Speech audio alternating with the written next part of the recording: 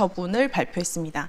그러면서 뭐라고 발표를 했냐면 조성은이 전부 진술 번복을 해서 우리가 너무 기소하고 싶었는데 김웅을 무혐의 처분할 수밖에 없었다라고 그 법조 기자들을 그 박기동 검사의 지금은 사표를 냈습니다만 박기동 검사의 그 차장실에 다 기자들을 불러놓고 허위사실 공표를 한 것이죠. 그래서 제가 그 당시에도 이제 제가 거의 1년이 넘는 시간 동안 최선을 다했던 것을 기자분들이 알고 계셨고, 그렇기 때문에 이제 그 참 우스운 일이죠. 그 차장 검사가 절대 얘기를 하지 말라고 하는 그 즉시 저는 그 맨하탄에서 그 기자들에게 지금 박기동이 이런 소리 하는데요? 라는 얘기를 실시간으로 저한테 전달을 받았습니다.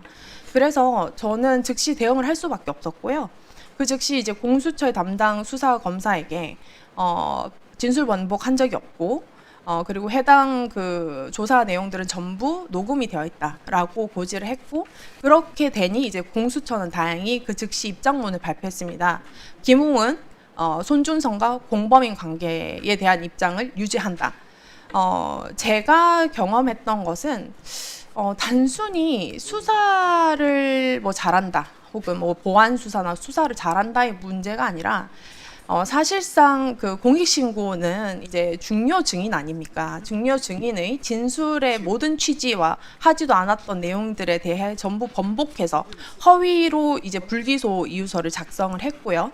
그래서 제가 그 이후에는 제가 대검찰청과 대검찰청 감찰부에서 진술했던 내용, 그리고 공수처에서 진술했던 내용, 그리고 이제 그 당시 그 우리 그 중앙지검 001부에서 이제 그 조사를 받았던 그 내용들을 이제 정보공개 신청을 하면서 제가 그 내용들을 달라고 하니까 영상 녹화실에서 녹음 그 조사를 했었는데 그때 달라고 하니까는 뭐라고 답했냐면 당시 검사가 없는데 어떻게 줍니까? 이렇게 하시더라고요. 그래서 제가 주세요라고 얘기를 하니까는 그 영상 녹화실에서 조사했지 않습니까? 주세요라고 했으니까 거기서 조사한 거는 제 방이 더러워서 거기서 조사한 겁니다. 없습니다. 이렇게 얘기를 해서 제가 그러면서 제가 그 주셔야 될 겁니다라고 하니 그 검사가 뭐 이렇게 하면서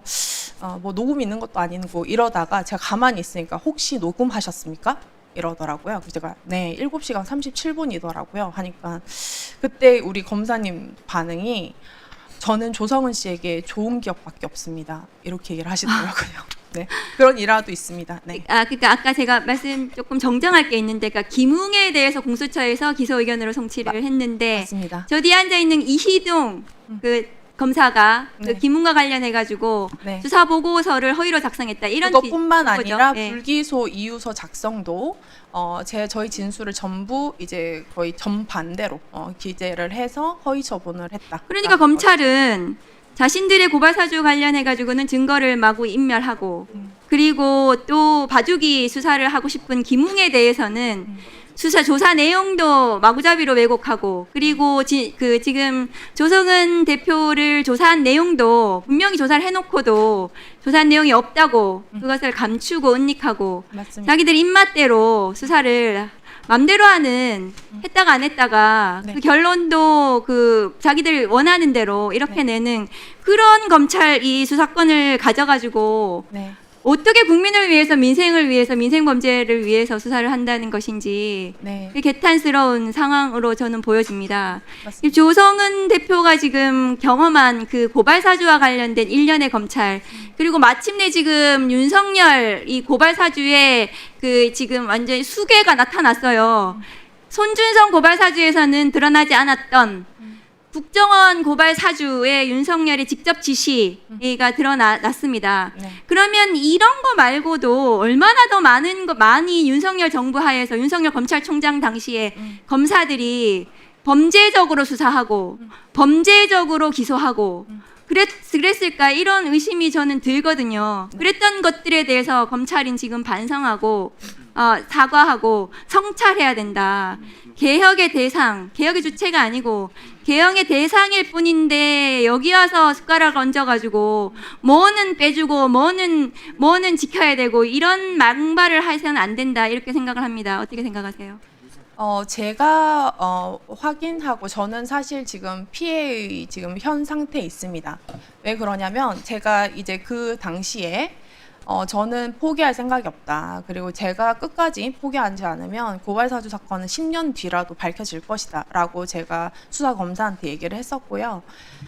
그래서 제가 이제 그 대검찰청 감찰부에 제 첫 그 공익신고했던 진술 내용을 공개 신청을 하니 부존재를 이유로 받아주지 않더라고요. 그래서 제가 확인을 했는데 왜 부존재냐, 증거인멸했느냐라고 이제 물으니까 이제 감찰 전체 심의위원회에서 한동수 감찰부장의 인권을 위해서 일부만 공개를 한다고 했고, 그로부터 한 달 뒤에 저는 압수수색을 당했습니다.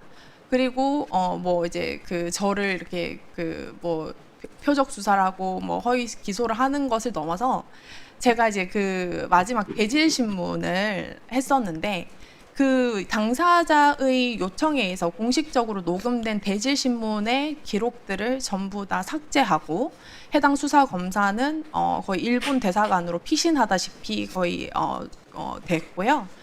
이번 8월 21일자 인사로 승진했습니다. 그리고 그 기소 내용은 이겁니다.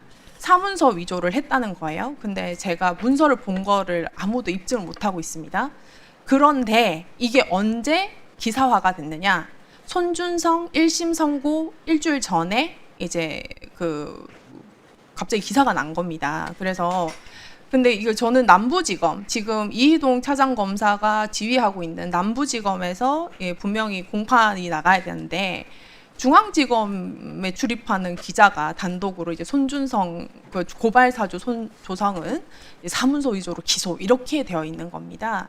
그래서 사실 그 손준성의 재판 내도로 뭐 문서 위조범이다라고 하면서 공익신고 내용이 허위다. 그리고 그때 당시에는 뭐 제가 이 국정원 고발사주 사건도 있지만 제가 무슨 국정원 요원이라는 등 뭐 별별 이제 허위의 공격을 다 했던 그런 과정들을 보면 저는 이 정말 수많은 그 검사들을 봤고요.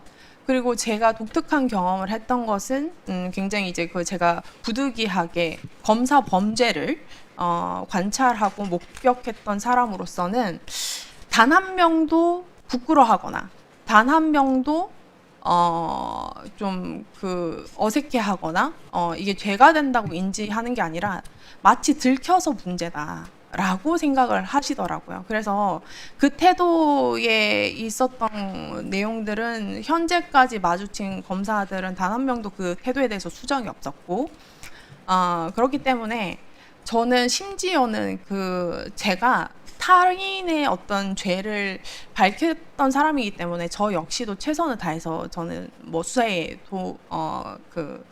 조력을 했습니다만 저는 심지어 그 대질 신문 했던 녹음 파일까지 삭제를 해가면서 허위 기소를 할 줄은 몰랐어요.